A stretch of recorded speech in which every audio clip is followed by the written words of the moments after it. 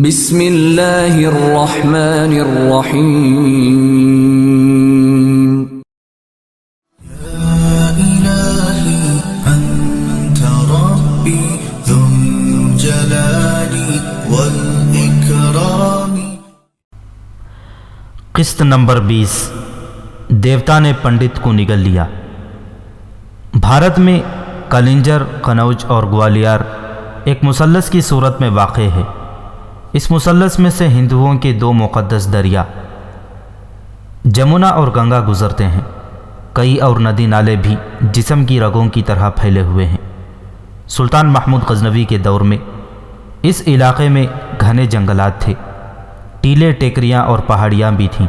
یہ تینوں مقامات ایک دوسرے سے 150 میل دور تھے۔ اس دور میں جب غزنی کا بت شکن ہندوستان میں دہشت بن کے چھایا تھا، یہ بڑی مشہور راجدھانیاں تھیں۔ قنوج کے متعلق سنایا جا چکا ہے کہ بلند شہر، متھرا، منج اور چھوٹے بڑے کئی ایک قلعوں کی فتح کے بعد محمود غزنوی نے قنوج کو تحت کر لیا تھا، اور قنوج کا مہاراجہ راجیہ پال، جس کا بڑا شہرا تھا، محاصرے سے پہلے ہی بھاگ گیا تھا۔ کلنجر کے متعلق یہ وضاحت ضروری ہے کہ آپ پہلے بھی کشمیر کے حملے کی کہانی میں یہ نام پڑھ چکے ہیں۔ وہ دراصل کالنجر ہے جو آج کوٹلی کہلاتا ہے۔ اب جس جگہ کا ذکر ہو رہا ہے یہ کالنجر ہے۔ 1018 عیسوی کے آخری دنوں میں قنوج کا مہاراجہ راجیہ پال سلطان محمود غزنوی کے مقابلے سے پہلے ہی منہ موڑ گیا تھا، تو وہ کلنجر، قنوج اور گوالیار کی مثلث سے نکل گیا تھا۔ راجیہ پال نے اپنا تمام تر خزانہ شہر سے دور ایک ایسی پہاڑی اور جنگلاتی جگہ چھپا دیا تھا جہاں انسانوں کا گزر کم ہی ہوتا تھا۔ اس کا رازدان صرف ایک پنڈت تھا، اور بعد میں محمود غزنوی کا ایک جاسوس اس خزانے کے راز سے واقف ہوا تھا۔ اس نے قنوج کی فتح کے وقت اس پنڈت کو پکڑوا دیا تھا، مگر پنڈت نے سلطان کو بتایا تھا کہ وہ اسے خزانے کی جگہ لے جا سکتا ہے، لیکن وہاں خزانہ نہیں ہوگا۔ وہ راجیہ پال اپنے ساتھ لے گیا ہے۔ وہ کہاں گیا ہے؟ سلطان محمود نے اس سے پوچھا۔ اگر مجھے معلوم ہوتا تو میں بھی اس کے ساتھ چلا جاتا، پنڈت نے جواب دیا۔ آپ کا قیدی نہ ہوتا۔ ہمیں بتایا گیا ہے کہ تم واحد آدمی تھے جو مہاراجہ کے خزانے کے راز سے واقف تھے۔ سلطان کے ایک سالار نے اس سے پوچھا، یہ کیسے ممکن ہو سکتا ہے کہ مہاراجہ تمہیں بتائے بغیر چلا گیا ہو؟ خزانے سے جسے پیار ہو وہ انسانوں کے پیار سے محروم ہو جاتا ہے، پنڈت نے کہا۔ جو مہاراجہ اپنے دیوتاؤں اور دیویوں کو اور اپنے مندروں کو توہین، تباہی اور بربادی کے لیے چھوڑ گیا ہو، اس کے لیے مندروں کا ایک پجاری کوئی معنی نہیں رکھتا۔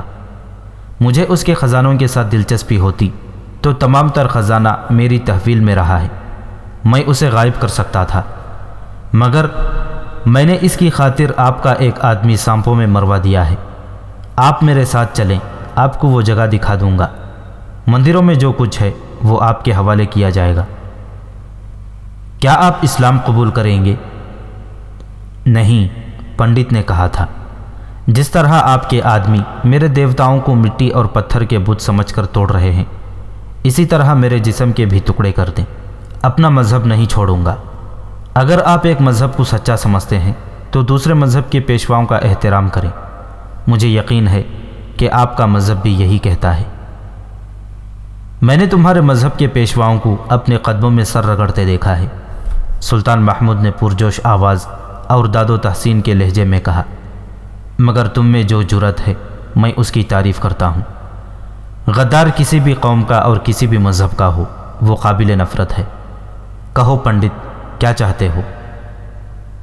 اگر مجھ پر کرم کرنا چاہتے ہیں تو مجھے میرے حال پر چھوڑ دیں، پنڈت نے کہا۔ میں اپنی آنکھوں اپنے مذہب کی توہین نہیں دیکھ سکتا۔ میں اپنے آپ کو گنگا ماتا کے حوالے کر دوں گا یا جنگل میں نکل جاؤں گا اور باقی عمر وہیں گزار دوں گا۔ جاؤ پنڈت، سلطان محمود نے کہا۔ جلتے ہوئے قنوج کے دروازے کھلے ہیں، چلے جاؤ۔ اگر اپنے مہاراجہ سے کہیں ملاقات ہو جائے تو اسے کہنا کہ جنگجو بادشاہ اپنی قوم اور اپنے ملک کے ساتھ دھوکہ نہیں کیا کرتے۔ پنڈت سر جھکائے ہوئے چلا گیا۔ وہ 2 دسمبر 1018 عیسوی کا دن تھا جب سلطان محمود غزنوی نے قنوج کا محاصرہ کیا تھا۔ کوئی بھی نہ بتا سکا کہ مہاراجہ کب قنوج سے نکل گیا تھا۔ اس کے تعاقب کی ضرورت بھی محسوس نہ کی گئی۔ تھوڑا ہی عرصے بعد سلطان محمود غزنی چلا گیا اور قنوج میں اپنے ایک سالار ابو القدر سلجوقی کو چھوڑ گیا۔ پنڈت جو سلطان محمود کو یہ کہہ کر گیا تھا کہ وہ گنگا میں ڈوب مرے گا یا باقی عمر جنگل میں گزار دے گا، گھوڑے پر سوار قنوج سے دور نکل گیا تھا۔ اس نے دور جا کر گھوڑا دریا میں ڈال دیا۔ دریا گہرا تو تھا مگر خاموش تھا۔ وہ موسم سیلاب اور طغیانی کا نہیں تھا۔ گھوڑا اسے آگے ہی آگے لے جاتا رہا، لیکن پنڈت نے اپنے آپ کو گنگا ماتا کے حوالے نہ کیا اور گھوڑا اسے پار لے گیا۔ آگے گھنا جنگل تھا۔ پنڈت نے گھوڑے کو آرام دیا اور اسے چرنے چگنے کے لیے چھوڑ دیا۔ تھوڑی دیر بعد وہ گھوڑے پر سوار ہوا اور جنگل میں داخل ہو گیا۔ جنگل گھنا بھی تھا، کم گھنا بھی، اور کہیں کہیں درخت تھے ہی نہیں۔ راستے میں 2-3 ندیاں بھی آئیں، چٹانوں کی بھول بھلیاں بھی۔ سورج غروب ہوا، رات اندھیری ہوتی چلی گئی۔ اس کا گھوڑا چلتا گیا۔ آخر وہ رک گیا۔ علاقہ زیادہ دشوار گزار ہو گیا تھا۔ اس نے گھوڑے سے اتر کر اندھیرے میں گھاس پھوس اور خشک ٹہنیاں اکٹھی کر کے انہیں آگ لگا دی۔ سردی تھی اور درندوں کا خطرہ بھی تھا۔ اس نے اپنے ارد گرد خشک جھاڑیاں اور ٹہنیاں اور گھاس پھوس جلاتے رات گزار دی۔ صبح وہ پھر گھوڑے پر سوار ہوا اور روانہ ہو گیا۔ اب وہاں کوئی راستہ نہیں تھا۔ بیلیں زمین پر پھیل کر درختوں پر چڑھی ہوئی تھیں۔ کھڈ بھی تھے اور درخت اتنے زیادہ تھے کہ ان کے جھکے ہوئے ٹہنوں کے نیچے سے گزرنا محال تھا۔ اس کا گھوڑا چلتا گیا۔ کچھ دور گیا تو جنگل کم گھنا ہو گیا۔ آگے 2 پہاڑیوں کے درمیان کھلی جگہ تھی۔ بکھرے بکھرے درخت اور اونچی گھاس تھی۔ وہ چلتا گیا اور دونوں پہاڑیوں کے درمیان گیا تو اسے ایک پہاڑی میں سے راستہ نظر آیا۔ یہاں سے پہاڑی 2 حصوں میں کٹی ہوئی تھی۔ وہ اس تنگ راستے میں سے گزر گیا۔ آگے اور پہاڑی آ گئی جو کہیں سے دیوار کی طرح عمودی تھی اور کہیں سے اوپر جا کر آگے کو جھکی ہوئی تھی۔ اس وادی میں کچھ دور اسے خیمے دکھائی دیے۔ ان سے ہٹ کر 2 خیمے خوشنما کپڑے کے تھے۔ ان سے ذرا پرے گھوڑے اور خچر بندھے ہوئے تھے۔ پنڈت نے گھوڑے کی لگام کو جھٹکا دیا اور ایڑ لگا دی۔ گھوڑا دوڑ پڑا۔ چند ایک آدمی ہاتھوں میں تیر و کمان اور برچیاں اٹھائے سامنے آ گئے۔ پنڈت جی مہاراج ہیں، کسی نے بلند آواز سے کہا۔ قنوج کا مہاراجہ راجیہ پال خیمے سے باہر نکلا۔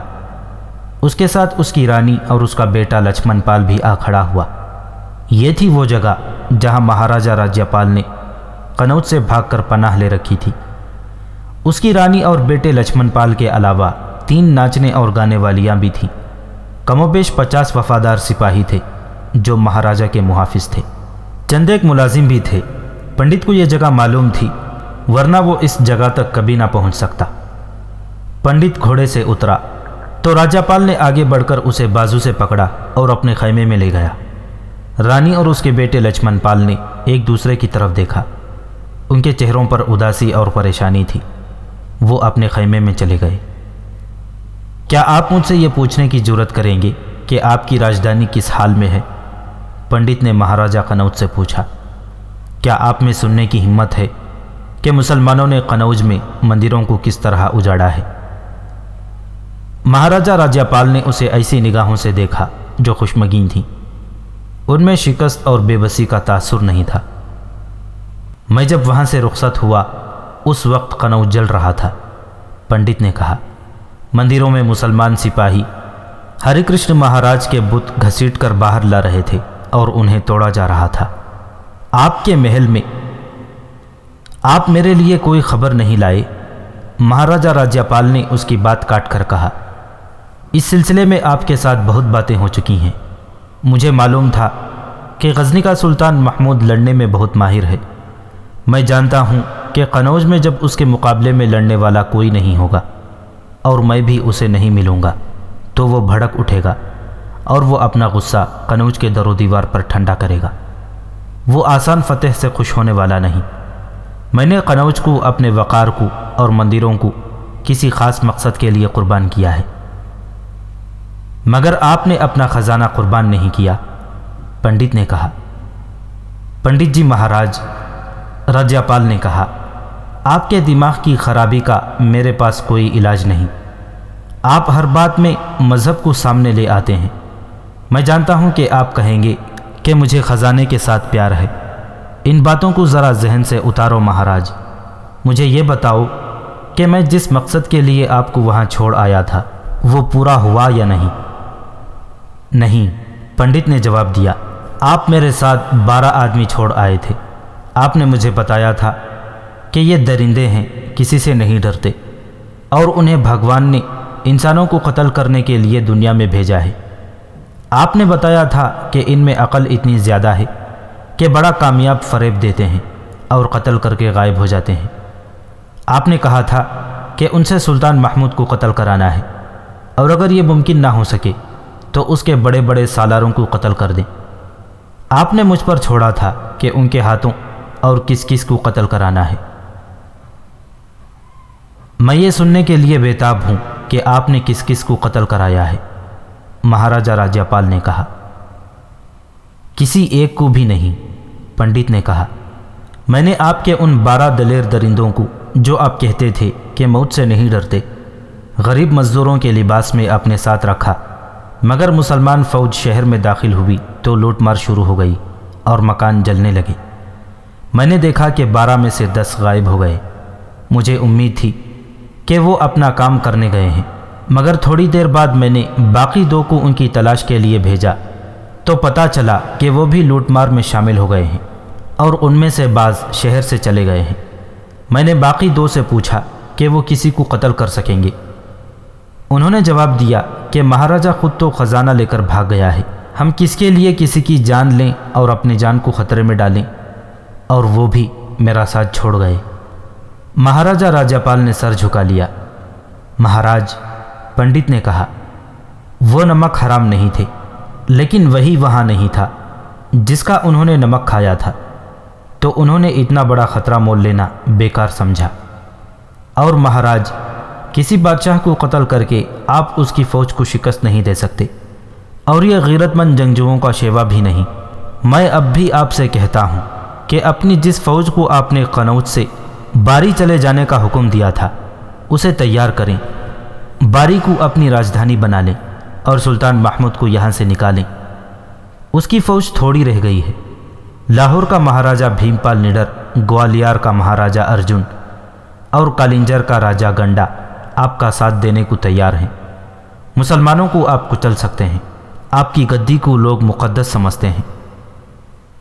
سب سے پہلے خزانہ وہاں سے نکالنا ہے، مہاراجہ راجیاپال نے کہا، پھر سوچیں گے کہ ہمیں کیا کرنا چاہیے۔ میں ساری عمر یہاں چھپ کر تو نہیں گزار سکتا۔ 1 دن اور 1 رات کی مسافت کے بعد قافلہ اس جگہ پہنچا جہاں پنڈت نے مہاراجہ قنوج کا خزانہ چھپایا تھا۔ یہ ایک پہاڑی تھی جس میں اوپر سے نیچے تک شگاف تھا جو اندر کو چلا گیا تھا۔ اس کی شکل کنویں جیسی تھی جس کی دیوار ایک طرف سے گرا دی گئی ہو۔ اوپر کے درختوں نے جھک کر اس پر سایہ کر رکھا تھا۔ گول دیواروں کے ساتھ بھی درخت تھے اور دیوار میں بھی تھے جو جھک کر زمین کے ساتھ متوازی ہو گئے تھے۔ اس کنواں نما میں پانی کھڑا تھا جو دراصل دلدل تھی۔ اس کے کناروں اور عمودی چٹانوں کے درمیان الگ سا راستہ تھا۔ سامنے والی دیوار جیسی چٹان کے دامن کے ساتھ مٹی اور پتھروں کی ٹیکری تھی۔ ٹیکری اور چٹان کے دامن کے درمیان ایک دہانہ تھا جو جھاڑی نما درختوں میں چھپا ہوا تھا۔ یہ ایک غار کا دہانہ تھا۔ غار وسیع تھا۔ اس کے ایک طرف ایک سرنگ کا منہ کھلا ہوا تھا۔ یہ سرنگ ایک اور غار میں چلی جاتی تھی۔ وہاں قنوج کا خزانہ پڑا تھا، مگر جہاں سرنگ ختم ہوتی تھی وہاں ایک گہرا گڑھا کھود دیا گیا تھا۔ اس میں سانپ پھینک دیے گئے تھے۔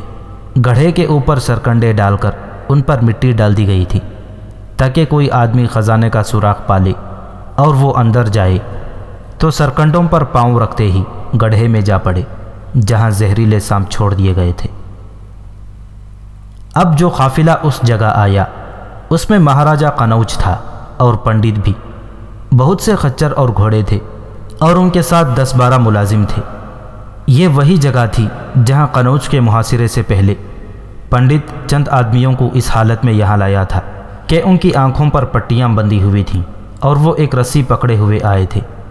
رسی کا اگلا سرا پنڈت کے ہاتھ میں تھا۔ وہ خزانے کے کچھ بکس رکھنے کے لیے آئے تھے۔ اس جگہ کو ملازموں سے بھی چھپا کر رکھنا تھا۔ اب مہاراجہ اور پنڈت خزانہ نکالنے کے لیے آئے تو کسی بھی ملازم کی آنکھوں پر پٹی نہیں بندھی تھی۔ انہیں سرنگ میں داخل کرنے سے پہلے اس گہرے گڑھے پر جس میں زہریلے سانپ چھوڑ دیے گئے تھے تختے رکھ دیے گئے۔ پنڈت ان سے گزر کر اندرونی غار میں چلا گیا اور ملازموں کو بھی اندر بلا لیا۔ وہ بکس باہر لا کر خچروں اور گھوڑوں پر لادنے لگے۔ یہ ایک ریاست کا خزانہ تھا جو مہاراجہ راجیہ پال کے آباء و اجداد سے جمع تھا اور بڑھتا ہی رہا تھا۔ منوں کے حساب سے سونا تھا، چاندی تھی، ہیرے جواہرات اور نقدی تھی۔ اسے باہر لانے کے لیے ملازموں کو کئی بار اندر جانا پڑا۔ جب آخری بکس بھی باہر آ گیا اور تمام بکس گھوڑوں اور خچروں پر لاد دیے گئے تو پنڈت تمام آدمیوں کو غار میں لے گیا اور خود باہر آ گیا۔ وہ ابھی سرنگ میں تھے۔ سانپوں والے گڑھے پر 3 تختے رکھے گئے تھے۔ اس نے بڑی تیزی سے تینوں تختے کھینچ لیے اور انہیں گھسیٹ کر باہر لے آیا۔ چلو مہاراج، پنڈت نے مہاراجہ راجیہ پال سے کہا۔ وہ سب کہاں ہیں؟ راجیہ پال نے پوچھا۔ وہ اب کبھی باہر نہیں آ سکیں گے، پنڈت نے جواب دیا۔ انہیں اندر بھیج کر تختے کھینچ لایا ہوں۔ نکلنے والے آگے بڑھیں گے تو اس گڑھے میں گریں گے جو میں نے زہریلے سانپوں سے بھر رکھا ہے۔ 1-2 گریں گے تو باقی آگے نہیں آئیں گے، بھوکے پیاسے اندر ہی مر جائیں گے۔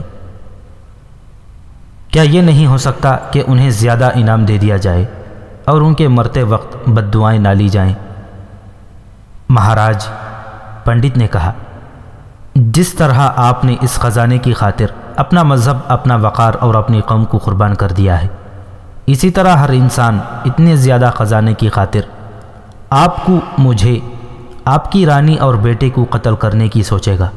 اتنے بڑے خزانے میں سے کوئی انسان تھوڑا سا نہیں لینا چاہتا۔ آپ نے اپنی رعایا کے ساتھ کوئی نیکی نہیں کی۔ انسان جب تخت پر بیٹھتا اور سر پر تاج رکھتا ہے تو اس کی نظریں رعایا سے ہٹ جاتی ہیں اور خزانے پر جم جاتی ہیں۔ وہ انسان سمجھتا نہیں، سوچتا نہیں کہ خزانے اور حکومت کا پیار اسے اس حال تک پہنچا دیتا ہے جس میں آپ آج ہیں۔ آپ ڈرے ہوئے گیدڑ کی طرح چھپتے پھر رہے ہیں۔ اپنی رعایا کو جو آپ کی ہم مذہب ہے آپ نے اپنے دشمن کے حوالے کر دیا ہے۔ پنڈت جی مہاراج، آپ مجھے بار بار شرمسار نہ کریں، مہاراجہ راجیہ پال نے کہا۔ میں کچھ کر کے دکھاؤں گا۔ میں اسی لیے آپ کے ساتھ ہوں کہ آپ کچھ کر کے دکھائیں، پنڈت نے کہا۔ آپ بھول گئے ہیں کہ قنوج کی گدی ہندو جاتی کی بہادری کی، علم و ہنر کی اور ہندوستان کے وقار کی علامت ہے۔ تمام راجے مہاراجے آپ کو اپنا سردار مانتے تھے، اب بھی مانتے ہیں۔ میں آپ کو اس جنگل سے نکال لوں گا۔ چلیے، یہاں رکنا بہت خطرناک ہے۔ وہ چل پڑے۔ غار کے اندر سے آوازیں آ رہی تھیں۔ جن آدمیوں کو اندر بند کر کے آئے تھے وہ پنڈت کو پکار رہے تھے۔ پنڈت اور راجیہ پال 2 گھوڑوں اور خچروں کو ایک دوسرے کے پیچھے باندھے دور ہی دور ہٹتے جا رہے تھے۔ آگے ایسا جنگل اور ایسا دشوار گزار علاقہ تھا جہاں درندے اور جنگلی جانور ہو سکتے تھے، کسی انسان کا گزر ممکن نہیں تھا۔ پنڈت جی، راجیہ پال نے کہا، آپ کی وفاداری نے میرا سر جھکا دیا ہے۔ میں آپ کو اتنا انعام دینا چاہتا ہوں جتنا آج تک کسی نے مجھ سے وصول نہیں کیا۔ اپنے منہ سے مانگ لو، کیا انعام دوں؟ ایک انعام ہے جو آج تک کوئی مہاراجہ کسی وفادار کو نہیں دے سکا، پنڈت نے کہا۔ آپ دے سکتے ہیں۔ مانگو مہاراج، کہو کیا دوں؟ غزنی کے سلطان کا سر، پنڈت نے کہا۔ مہاراجہ راجیہ پال کی ہنسی نکل گئی۔ یہ سر جسم سے الگ ہو جائے تو نہ صرف یہ کہ ہندوستان کو آئے دن کے حملوں سے نجات مل سکتی ہے، بلکہ اسلام کا پھیلاؤ ہمیشہ کے لیے رک سکتا ہے، پنڈت نے کہا۔ یہ دھرتی ہمیشہ کے لیے پاک ہو سکتی ہے، مگر مجھے نظر آ رہا ہے کہ ہماری آنے والی نسلیں بھی مسلمانوں کے خلاف لڑتی رہیں گی، کچھ تو خون ہوتا رہے گا، لیکن اسلام اس ملک سے نہیں نکلے گا۔ ہمارے بعد آنے والوں میں عقل ہوئی تو وہ لڑنے مرنے کے بجائے مسلمانوں کو ختم کرنے کے کچھ اور طریقے اختیار کر دیں گے۔ اگر ہم مسلمانوں کو اپنی دھرتی ماتا سے نہ نکال سکیں تو یہی کافی ہوگا کہ ہم اسلام اور اس مذہب کے پیروکاروں کے خلاف اتنی نفرت پیدا کر دیں کہ کوئی ہندو اسلام قبول کرنا تو درکنار، مسلمانوں کے قریب سے گزرنے سے بھی سمجھے کہ ناپاک ہو گیا ہے۔ مہاراجہ راجیاپال نے کہا، مجھے اپنے مذہب سے نفرت ہوتی جا رہی ہے۔ ہر مہادیو اور ہری کرشن نے ہماری کیا مدد کی ہے؟ آپ ہمیں ہمیشہ دیوتاؤں کے قہر سے ڈراتے ہیں، کیا ان کے پاس صرف قہر ہے، کرم نہیں؟ ہر بار اور ہر جگہ فتح مسلمانوں کی ہی کیوں ہوتی ہے؟ آپ کے مہادیو کا قہر مسلمانوں پر کیوں نہیں گرتا؟ یہ دیوتاؤں کا بھید ہے، پنڈت نے کہا۔ جب انسان دیوتاؤں کا حکم نہیں مانتا تو وہ اس کے دماغ میں خلل ڈال دیتے ہیں، پھر وہ ایسی ہی باتیں کرتا ہے جیسی آپ کر رہے ہیں۔ گھوڑے چلے جا رہے تھے، دور بھیڑیوں کی چیخ و پکار اور لکڑ بگوں کی قہقہا نما آوازیں اور کبھی کبھی کسی شیر کی دھاڑ سنائی دیتی تھی۔ گھوڑے دشوار گزار علاقے سے گزر رہے تھے۔ میں نے مندروں کو ہیروں اور جواہرات سے سجایا ہے، راجیاپال کہتا جا رہا تھا۔ میں نے پنڈتوں، رشیوں اور سادھوؤں کی بہت خدمت کی ہے۔ آپ کے مندر کو اور اس میں رکھے ہوئے پتھر کے دیوتاؤں کو میں نے عطر سے نہلایا ہے۔ میرا تخت کہاں ہے؟ میرا تاج کہاں ہے؟ قنوج کی وہ گدی کہاں ہے جس کے گن سارا ہندوستان گاتا تھا؟ مجھے کیا سوجھی کہ میں مسلمانوں کی فوج کے آنے سے پہلے ہی بھاگ اٹھا؟ مجھے کس نے اشارہ دیا تھا؟ خزانے کے پیار نے، پنڈت نے کہا۔ آپ خود دل چھوڑ بیٹھے ہیں، سوال کا جواب نہیں دے سکتے۔ میں خود اپنے سوال کا جواب نہیں دے سکتا، مہاراجہ راجیاپال نے کہا۔ پنڈت جی مہاراج، آپ مجھے آج تک نہیں سمجھا سکے کہ مذہب کیا ہے۔ میں یہی سمجھ سکا ہوں کہ کسی نگری کا راجہ مندر میں چلا جائے تو رعایا اسے اچھا سمجھنے لگتی ہے۔ آج تک یہی سمجھا ہوں کہ رعایا کو مذہب کے نام پر دھوکہ دیا جا سکتا ہے۔ اپنے دل میں مذہب کی محبت ہو یا نہ ہو، قنوج کی گدی کی سارا ہندوستان صرف اس لیے پوجا کرتا ہے کہ میرے باپ دادا آپ کے بتوں کو عطر سے نہلاتے تھے۔ میں نے اس رسم کو جاری رکھا، لیکن میرے دل میں اپنے مذہب کی محبت کبھی بھی پیدا نہ ہو سکی۔ آپ گمراہ ہو گئے ہیں مہاراج۔ نہیں، راجیاپال نے کہا، میں گمراہ ہو گیا ہوں۔ کیا آپ کو یاد نہیں رہا کہ میں نے متھرا میں ہری کرشن کے قدموں میں بیٹھ کر کہا تھا کہ میرے سامنے دیوی دیوتاؤں کی بات نہ کرو، اتحاد پیدا کرو اور مل کر محمود کا مقابلہ کرو؟ مگر ایسا نہ ہوا، میں نے شکست کھائی۔ میں نے سنا ہے کہ لاہور کے مہاراجوں نے انسانی جانوں کی قربانیاں بھی دی تھیں، نوجوان لڑکیوں کو قتل کر کے ان کے خون سے دیوتاؤں کے پاؤں دھوئے تھے، مگر انہیں شکست ہوئی۔ میں آپ کو اپنے مذہب کا کرشمہ دکھاؤں گا، پنڈت نے کہا۔ میں نے کرشمے دیکھ لیے ہیں، راجیاپال نے کہا۔ مجھے یہ بتاؤ کہ مسلمانوں میں وہ کون سی طاقت ہے کہ اتنی دور سے آتے ہیں؟ ان کی فوج تھوڑی ہوتی ہے، ان کو رسد نہیں مل سکتی، مگر وہ ہمیں شکست دے جاتے ہیں۔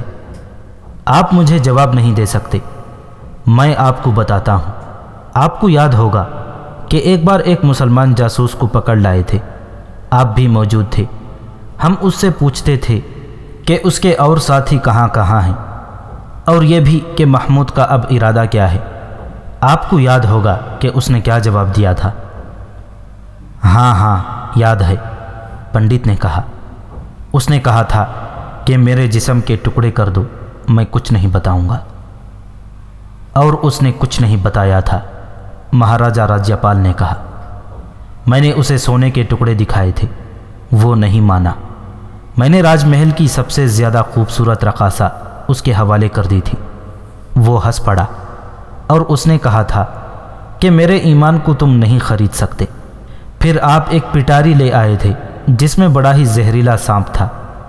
آپ نے اسے کہا تھا کہ آپ اسے اس سانپ کے ساتھ کال کوٹری میں بند کر دیں گے۔ وہ اس سے بھی نہیں ڈرا تھا۔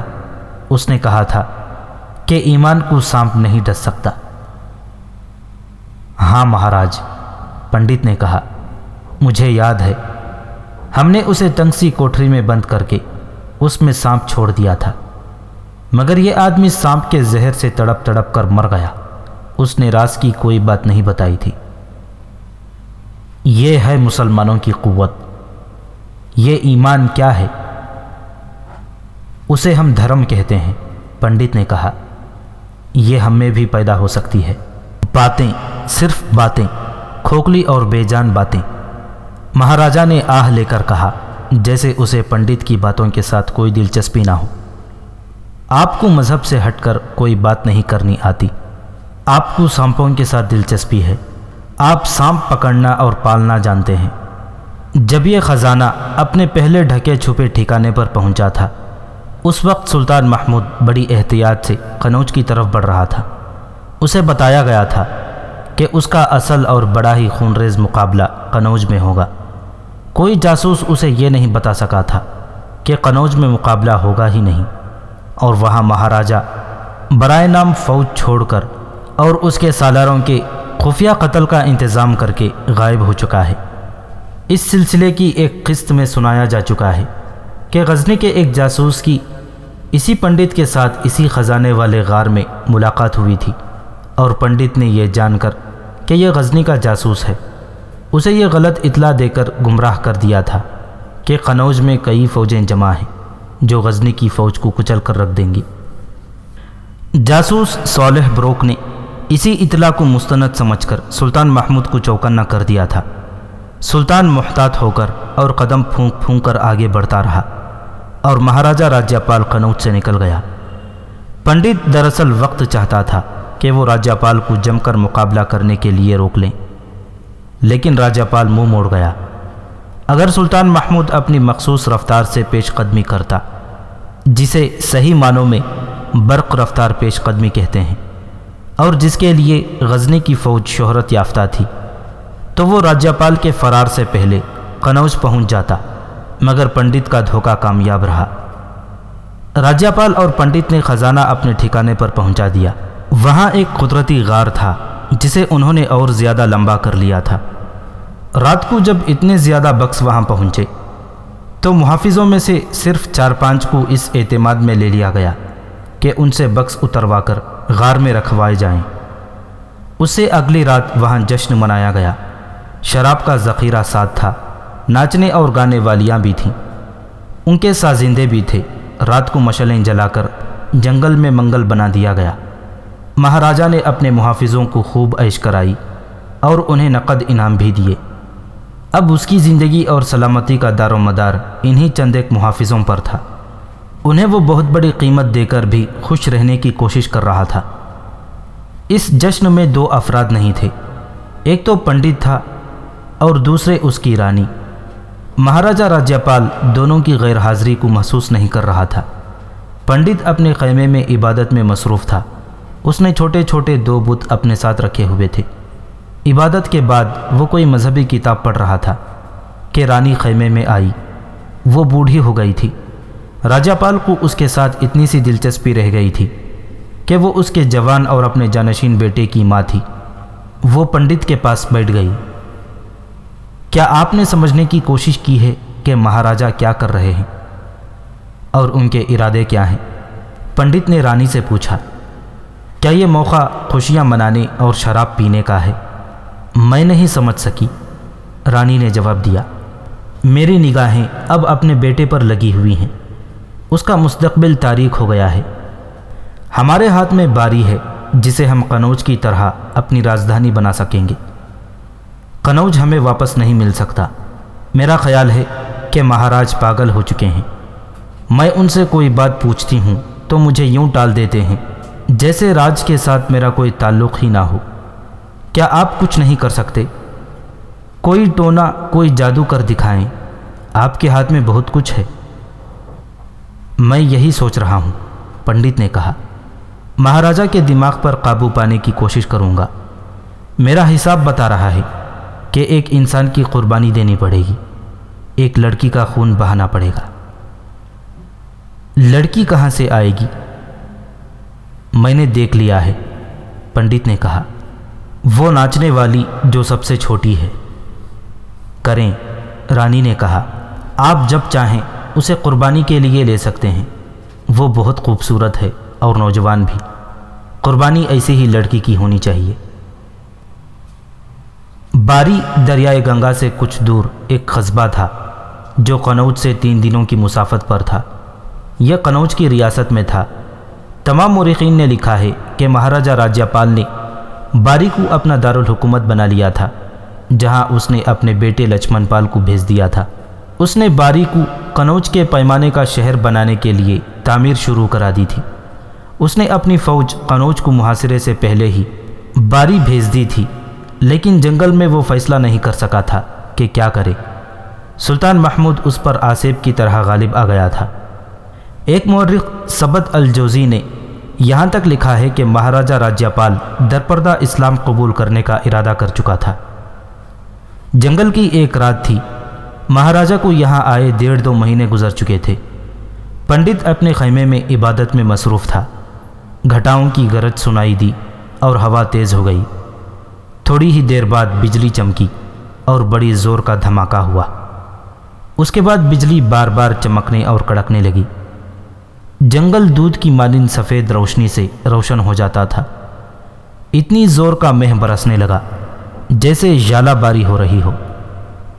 اس وقت مہاراجہ راجیہ پال اپنے خیمے میں نہیں بلکہ اس غار میں تھا جس میں اس نے ایک اور غار کھدوا کر خزانہ چھپا رکھا تھا۔ وہ اپنے خیمے کو جانے لگا تو بجلی اور بارش نے اسے روک لیا۔ یہ ایک طوفانی بارش تھی۔ آسمان پھٹا جا رہا تھا۔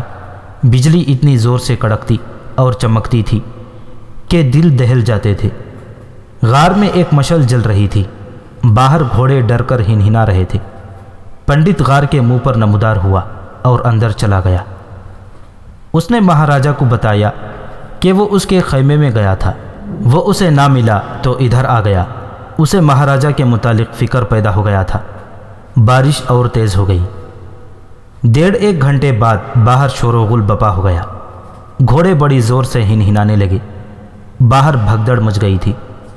بارش کے شور کے ساتھ ایک اور شور سنائی دینے لگا اور اس کے ساتھ یہ گھبرائی ہوئی آوازیں، پانی آ گیا، سیلاب آ گیا، خیمے اکھاڑ دو۔ مہاراجہ اور پنڈت نے غار کے دہانے میں سے دیکھا۔ بجلی چمکتی اور کڑکتی تھی تو انہیں سیلابی پانی غراتا دکھائی دیتا اور لوگ بھاگتے دوڑتے نظر آتے تھے۔ لچمن پال دوڑتا غار میں آ گیا۔ یہ جگہ 2 پہاڑیوں کے درمیان تھی۔ ان لوگوں کو معلوم نہیں تھا کہ یہاں سے اوپر کے علاقے کا برساتی سیلاب گزرتا ہے۔ اب یہ سیلاب چڑھ رہا تھا۔ بارش اور تیز ہو گئی تھی۔ بجلی پہلے کی طرح کڑک رہی تھی اور اس کے ساتھ سیلاب غراتا ہوا گزر رہا تھا اور چڑھ بھی رہا تھا۔ مہاراجہ کے آدمی بلند جگہوں پر جا رہے تھے۔ پانی غار میں بھی آنے لگا۔ غار ذرا اونچا تھا اس لیے اندر تھوڑا پانی آ رہا تھا۔ مہاراج، پنڈت نے راجیہ پال سے کہا، یہ ہر ہر مہادیو کا قہر ہے۔ سر جھکا لیں، معافی مانگیں، توبہ کریں۔ کیا آپ نے ایسی بارش کبھی دیکھی ہے؟ مہاراجہ نے قہقہا لگایا جیسے اس کا دماغی توازن صحیح نہ رہا ہو۔ بولا، اب طوفان میرا کیا بگاڑ لیں گے؟ اب بجلیاں مجھے نہیں ڈرا سکتی۔ لے جاؤ میرا خزانہ۔ پنڈت نے بارش اور سیلاب کے شور سے بلند آواز میں کہا، مہاراج، آپ کو کیا ہو گیا ہے؟ باہر شیطان چیخ رہے ہیں۔ اس قہر کو سمجھیں۔ میں جو کہتا ہوں وہ کریں، ہاتھ جوڑیں۔ میں جو پڑھتا ہوں وہ آپ بھی پڑھتے جائیں۔ مہاراجہ ایک بار پھر ہنسا۔ لچمن پال جو جوان راجکمار اور جنگجو تھا، چہرے پر خوف کے آثار لیے اور ہاتھ جوڑے ہوئے کچھ بڑبڑا رہا تھا۔ اس کے منہ سے گھبرائی ہوئی آواز نکلی، وہ دیکھو۔ مہاراجہ اور پنڈت نے غار کے دہانے کی طرف دیکھا۔ ایک اژدہا جس کا سر انسان کے سر جتنا بڑا تھا غار میں داخل ہو رہا تھا۔ لچمن پال کے پاس تلوار تھی جو اس نے نکال لی۔ اژدہا آہستہ آہستہ رینگتا آ رہا تھا، شاید سیلاب میں کہیں سے بہتا آیا تھا۔ ایسے اژدہے دلدل یا پانی میں رہتے تھے، وہاں خوراک نہ ملے تو خشکی پر آ جاتے ہیں۔ یہ سالم انسان یا جانور کو نگل لیتے ہیں اور 2-2 3-3 مہینے سوئے رہتے ہیں۔ ان کی لمبائی 6 سے 12 فٹ تک ہوتی ہے، بعض اژدہے اس سے بھی لمبے ہو سکتے ہیں۔ یہ جو غار میں داخل ہو رہا تھا 9-10 فٹ لمبا تھا۔ لچمن پال نے تلوار نکالی تو پنڈت نے اسے آگے بڑھنے سے روک دیا۔ مہاراجہ اٹھ کر پیچھے ہٹ گیا۔ پنڈت نے مشل اٹھا لی اور آگے کر دی۔ اژدہا ابھی پورا غار میں نہیں آیا تھا۔ پنڈت کو معلوم تھا کہ اژدہے زہریلے نہیں ہوا کرتے، نہ یہ ڈستے ہیں، بلکہ یہ شکار کو نگلا کرتے ہیں۔ پنڈت جی مہاراجہ راجیاپال نے کہا، آپ کو سانپوں کو پکڑنے اور قبضے میں رکھنے کی مہارت ہے، کیا آپ اس پر قابو پا سکتے ہیں؟ پنڈت نے نظریں اژدہے پر جمائے رکھیں اور مشل کا شعلہ اس کے اور اپنے درمیان کیے رکھا۔ اس نے کہا، اگر یہ دھرتی کا اژدہا ہوا تو میں اسے قابو میں لے لوں گا، لیکن مہاراج یہ دیوتا ہے۔ پنڈت نے اسے کچھ بتا کر کہا، یہ پڑھتے رہیں، ہری کرشن آپ سے کوئی بہت بڑا کام کرانا چاہتے ہیں۔